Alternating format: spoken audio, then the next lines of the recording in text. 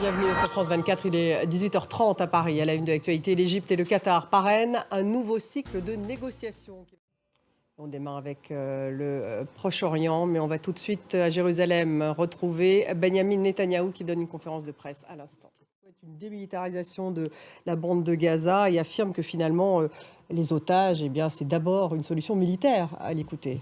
Oui, un discours très martial. Bruno Darou, toujours avec nous, on le disait, seule solution, c'est la victoire absolue, c'est ce qu'a dit le Premier ministre israélien. Il a parlé de 20 000 terroristes morts et puis également, il ordonne l'armée israélienne de se préparer à une offensive sur Rafah.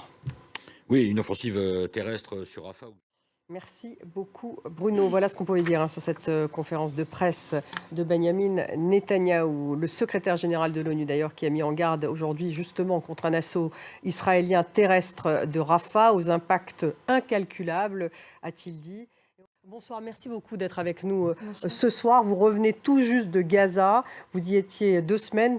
Tout près de Khan Younes, vous me disiez, au sein d'un hôpital européen. Donc vous faites vraiment partie des quelques personnes qui ont pu rentrer dans Gaza. Déjà, ça n'a pas dû être simple d'y rentrer.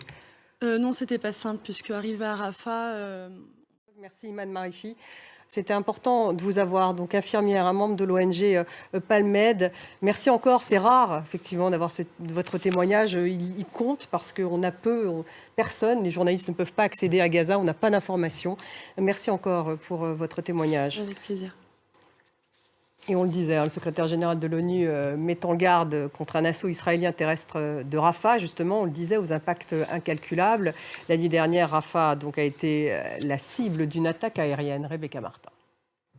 Et 4 mois après l'attaque menée par le Hamas en Israël, Emmanuel Macron a rendu hommage aux invalides, aux 42 victimes françaises de ce qu'il a qualifié de plus grand massacre antisémite de notre siècle.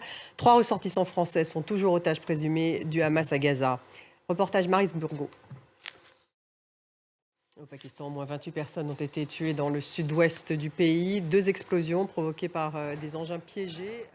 Merci de nous avoir suivis. Restez avec nous. On se retrouve dans quelques minutes pour un débat consacré à la Corée du Nord et à Kim Jong-un en particulier. Est-ce qu'il veut démarrer une guerre, ce leader nord-coréen, alors qu'il a des déclarations très dures contre la Corée du Sud ?